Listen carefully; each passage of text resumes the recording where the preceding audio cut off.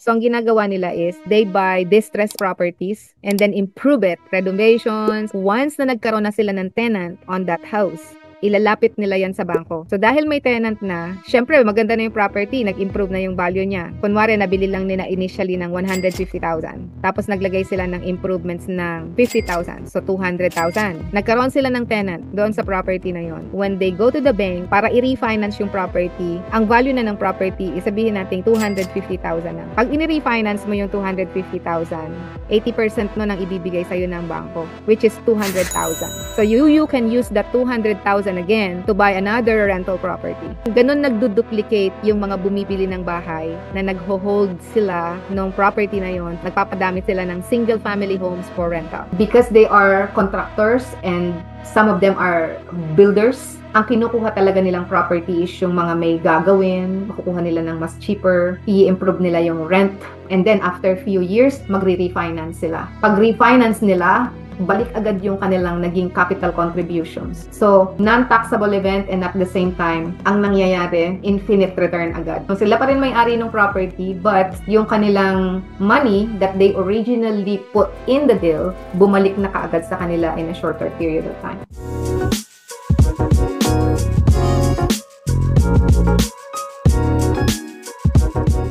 So, walang pinag-iwan to sa house. Okay, para mabilis nating maintindihan.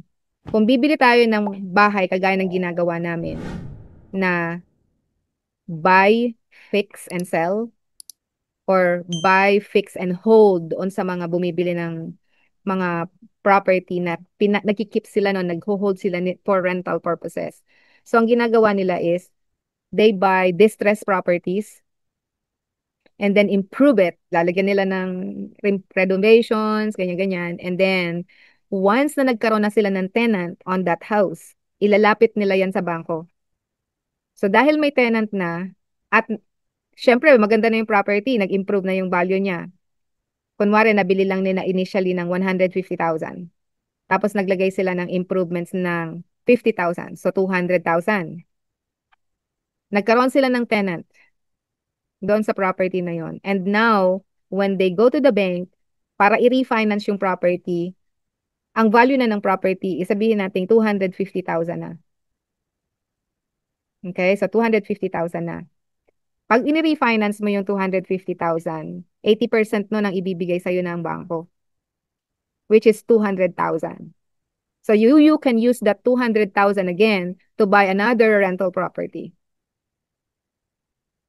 So, ganun nagduduplicate yung mga bumibili ng bahay na nagho-hold sila ng property na yon for rental. Nagpapadami sila ng single family homes for rental. Yun ang majority na natutunan ng mga taga rito. And some of my clients, well, Brian is one of the example. Pero si Brian kasi ang style niya, bahay nila talaga. And even yung sister ni Bliss, another client of mine, ganun din, bahay nila, tapos nag-upgrade sila, pinaupahan nila yung bahay nila, lumipat sila sa next house. So, ganun ang style nila, Brian. Pero yung mga typical na nagba-buy and hold investors, they're gonna buy a distressed property para murang-mura lang yung property. Lalagyan nila ng improvements yung property, papaupahan, and go to the bank, refinance. Then, boom, they get their money. Ganun ang sistema. So, similarly, that will gonna happen on that building. But it's on a big scale. Na kapag nilagyan natin ng improvements yung property na yon, tataas ang rent niya, pagbalik natin sa bangko for refinancing, halos majority or maybe more of our, parang more than what we contributed, babalik sa atin. Which is good. Kasi at that point in time, pag mako-confirm natin that that thing will gonna happen, maghahanap na tayo ng kasunod na portfolio na pwede nating gamitin yung funds na yon na manggagaling dito sa second property. Kaya, let's pray for it. Kasi, it's, I can see things unfold. Na may awa ang Diyos. Pag mangyayari yon, makakabili tayo ng third property right away. Right after we got that refinancing. That's gonna be our big thing. So, ayun ang ating ang update diyan sa property. May Mm. question po ako. Brian, go ahead. So, yung, I don't know kung gusto niyo i-record kasi about that. Huwag But, mo na lang banggitin yung address. yeah, okay. Magkano pong renta niya as of now? And then, after that, ano po yung anticipated na Okay, magiging very good. Very good question, Brian. Here, I'm gonna share my screen right now. Hold on. Kukuhanin natin yung value increase of the property. So, 51 units.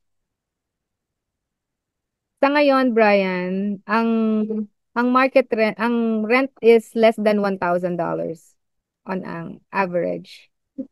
okay So, po? wag natin lagyan ng other income. Tapos, ang occupancy niya ngayon is 100%. Pero lagay natin siya at 95. Okay? 95%. Ang expenses niya, sabihin natin, 40. And then, ang cap rate kasi niya is 5.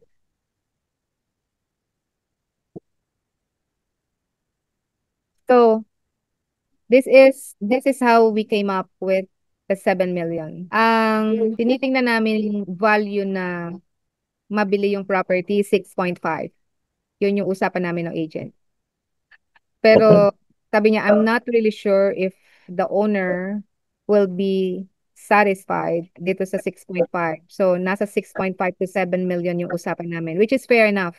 Ang assessment ng property, if we're gonna check it out. Sorry, sana. Okay. Um, let's see. Sorry. Um, Winnipeg assessment. Assessment, Winnipeg.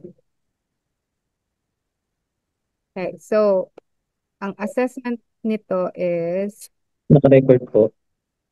ah, Nilalagay niyo po ba? ay, hindi ko pa nga pala oo nga pala. Hold on. Well, never mind. Sorry. Basta ang assessment, thank you for reminding. Ang No worries. assessment na tinignan namin kanina ni sister, 6 million, sister, correct? More than 6 million ang assessment ng property. But you can check it out, Brian, on your end para hindi ko Yeah, na lang disclose dito. check ko na lang Pakita po. mo. So, yung value na to is very, kumbaga, ang lapit natin sa price na ine-expect ng seller that they can get. Mhm. Okay. Now, question is, kapag naayos natin ang property, ang average rent, pwede nating sabihin very close to what we have on Jefferson, which is ang average rent natin right when we bought the property is 1,200. Ngayon, meron na tayong 1,400, meron na tayong 1,200, may 1,300. So, sabihin natin average rent is 1,200. So, from 1,000, sorry, 51 units. From 1,000, kukumputin natin yung increase value. So, magkakaroon tayo ng 200. Okay? $200 per unit. Ano, Sabihin natin, magbabago ba ang expenses natin? Hindi. Hindi, 'di ba? Most likely, wala na kasi taken care of na yun ng una nating computation dun sa property.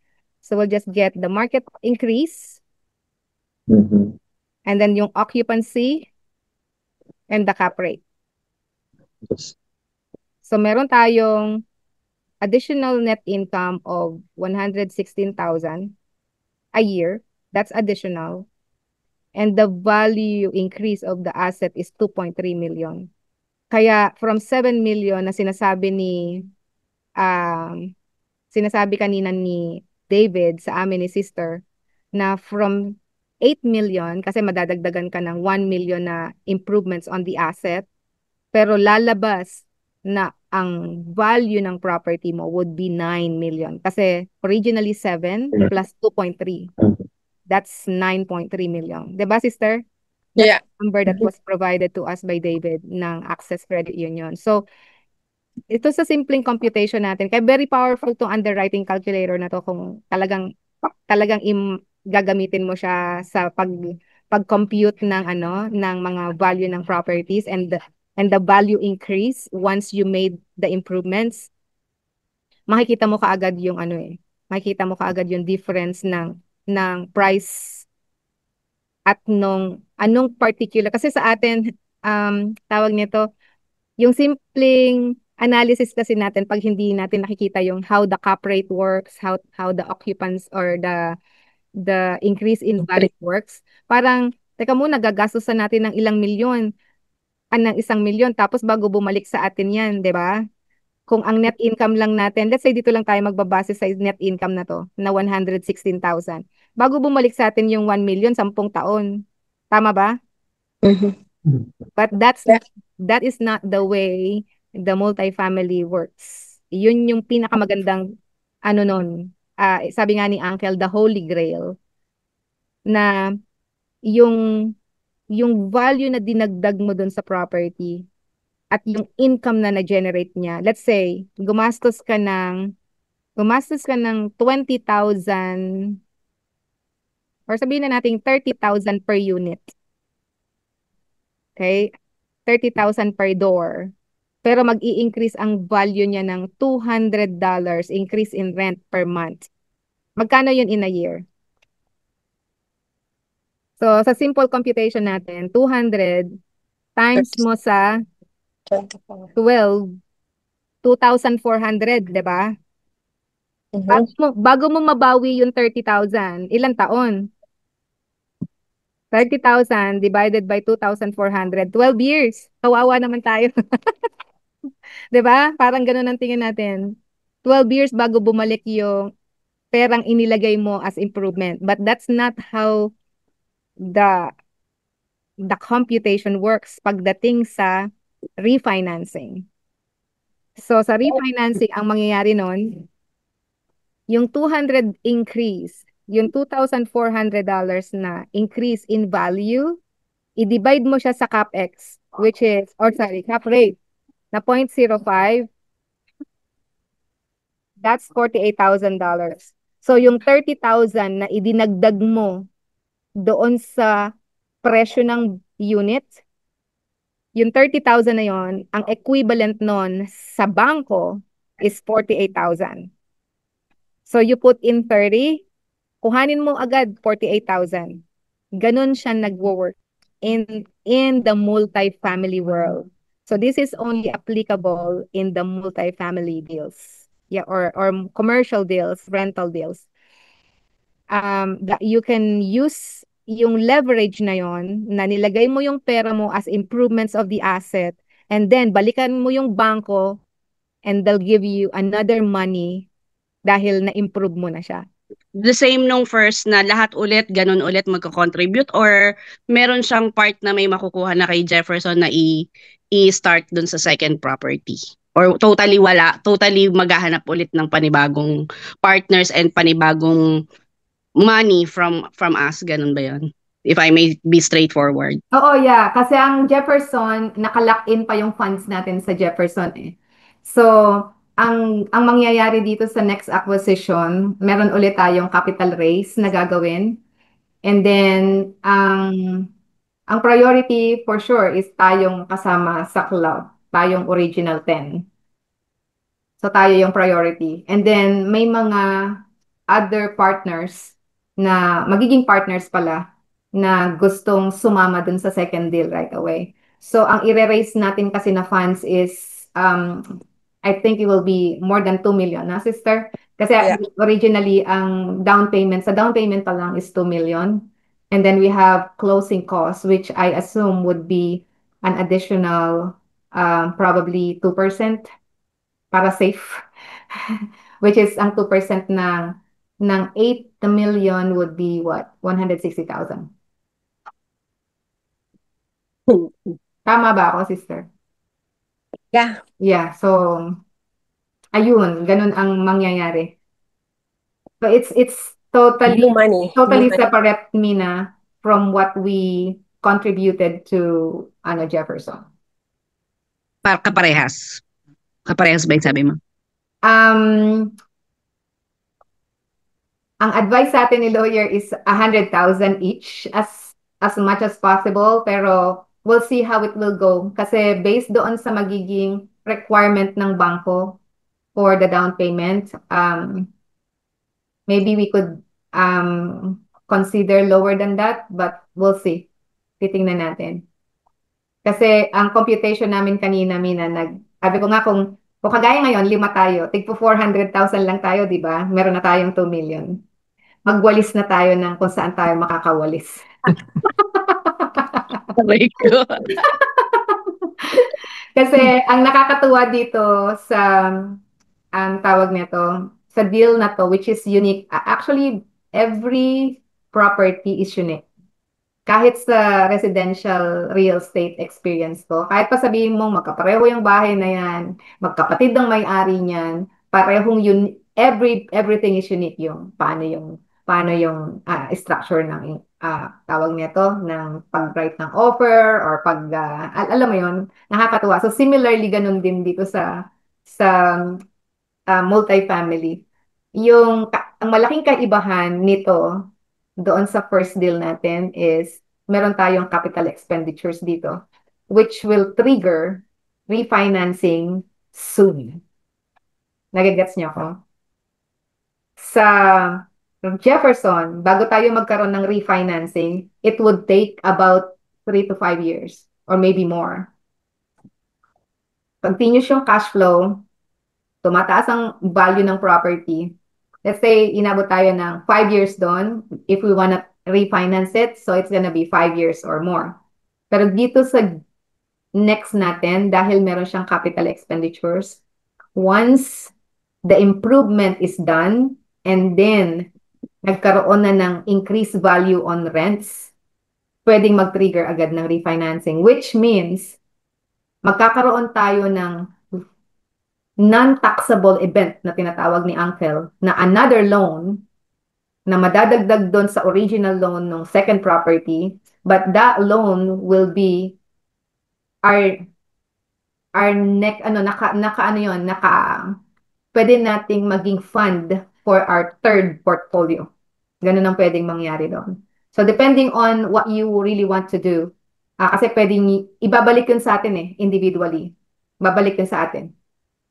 So it's either we will be ready for the next portfolio or just keep it kung anong gusto niyo gawin doon sa But that money is a non-taxable event. Ganun sila lumalaki sa US. Kaya yung ibang mga group in the US, especially yung Texas group, and actually yung Texas ang medyo aggressive talaga, that because they are contractors and some of them are builders, ang kinukuha talaga nilang property is yung mga may gagawin, makukuha nila ng mas cheaper, i-improve nila yung rent, and then after few years, magre-refinance sila. Pag refinance nila, balik agad yung kanilang naging capital contributions. So, non-taxable event and at the same time, ang nangyayari, infinite return agad. Nakakabalik agad yung sila pa rin may-ari ng property, but yung kanilang money that they originally put in the deal, bumalik na kaagad sa kanila in a shorter period of time. Kaya, bumibili sila every 3 months or every 6 months. Dahil nagsimula sila meron silang ganong klaseng property in the beginning, and they're on their second year and third year doing the investing. So yung mga portfolio nila na before they bought it at a lower price, tapos nag-improve na yung kanilang mga rent, then that's where their money is coming from pagdating sa next investment nila. Ang galing, pinapaikot lang talaga nila, sinacycle lang nila yung funds na nag-generate nila. And we are talking of funds na OPM lahat, galing sa bangko. Kasi the asset can pay off itself doon sa rent. Yun yung laro ng multifamily investing, and that's how they grow their portfolio. Basta merong tawag nito, masusuportahan ng occupancy yung asset. Kaya nga sila pa nag-underwrite kahit 100% occupied yung property, nilalagyan nila ng 5% vacancy or 7% vacancy para makita nila na, oh, magbe-break even point tayo dito at 90% vacancy. So kahit bumaba tayo at 90% vacancy, break even pa rin tayo. So anything on top of the 90% vacancy, we're all good. Nagka-cash flow yung property. So yun yung isang magiging kaibahan nitong kung loloobin. Sana loobin na mapasa atin. Kasi yung agent naman is um, working on our side. Kasi yun yung napag-usapan namin nung May, nung last May. Sister, May sample question lang. po kayo. Okay, go ahead, Brian. Gaano po katagal yung estimate natin kung mag-improvement tayo? A year? Ang tingin ko doon, Brian, so hindi pa namin nakikita yung loob. Ang pinaka-expected na improvement, big improvement will be windows and roof. Proof. Those are the two major improvements na kailangang magawa dun sa property na yon. Kasi yun namang mga tenants are intact. So if one moves out, aayusin natin yung loob. So yun yung magiging scenario that we can increase rents on the next sets of tenants, or if the tenants will gonna stay, alam nila natataas ang rent dahil sa mga improvements na gagawin natin. So that's that. Hindi pa namin alam yung loob, pero yung dalawang major renovations na yon will gonna take place in 1 year. Easy in 1 year. So of course, kahit naman ginawa mo yung bintana at roof, hindi mo kaagad mahihit yung $200 na increase. Mag-gradual yan. Kasi ang mangyayari nun, pwedeng $100 muna yung increase when those items are done. And then, once their units are done, saka tayo magdadagdag ng another $100 doon sa... I'm just dito, parang sinasabi ko lang yung scenario na ganun ang possible mangyari. So when we go back to the bank in year 1, after year 1, we can get our money back there because of the improvements na ginawa natin. Kasi right after the improvement of the roof and the windows, meron na tayong announcement na gagawin. So again, process pa rin yan. Magdadaan tayo sa residential tenancy branch para doon sa magkakaroon tayo ng increase above guidelines na tinatawag. And ano naman tayo nun? Meron naman tayong assurance dahil may improvements tayong gagawin that residential tenancy branch will listen to us on that note. Sige, sister. Here. Okay ba yun? No. Yeah, so say naging 9.5 million yung property. Ilang percent nga ba ang refinance? Is it 80 or 90? Doon sa 9.5, depende kasi kung magiging CMHC MLI Select. Pag CMHC MLI Select, 90% ang loan to value. Meaning, makukuha mo yung 90% ng property. So it's 8.5 million. And then, ang utang natin ay, so, ang dinown natin, let's say, 2.5 million. Okay. Sa 8 million, ang dinaw natin is 2.5. 0.5 million. 2.5. So, meron tayong 5.5 million na mortgage. Yeah. 5.5 million? Aha. Okay. So, once na refinance natin to, kasi originally, okay, pagka hindi nyo nag-gets, let me know ha. 8 million kasi, kaya ginawa natin 8 is 7 million the asking price, sabihin natin, plus 1 million na improvements, so that's 8 million. So, i-require tayo ng, let's say, 25. sabihin natin 2.5 million, okay, kagaya ng sinabi ni sister. So, mangyayari, imo-mortgage sa atin ng bangko. This is conventional, okay? Pagka sinabing conventional, more than 20% yung hihingin sa atin. Walang CMHC, walang any other bangko lang ang kausap natin. Kagaya ng Jefferson, conventional natin binili yon, hindi yun pinadaan sa CMHC. Now, 5.5 million yung ating magiging loan on the first year. So, mangyayari doon, magiging short term ang dating nito dahil hindi tayo magla-lock in right away dahil magre-refinance tayo. So, i-restructure yan ng lender natin kung paano nila gagawin. Kasi tatanungin tayo sa timelines, ganyan, kagaya ng sinabi ni Brian kanina. Matatapos ba natin, kailan natin matatapos yung improvements na gagawin sa property. So, let's say 1 year mangyari yon, and then we're gonna go back to them na eto na yung improvements na nagawa, tumaas na ang rent. Okay, tumaas na ang rent. And therefore, magre-refinance tayo. So, based doon sa calculations natin kanina, sabihin natin,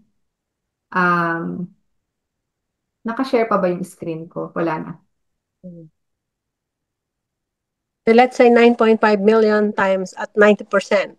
Oo. So mga 8.5 million, kung 5.5 na lang ang utang natin, so may 3 million. May 3 million tayo makukuha. So yung 3 million, so basically mababalik na yung 2.5 million. Correct. Magbabalik yung 2.5 million natin. May 500,000 tayong buffer for our next acquisition na magagamit natin yon on our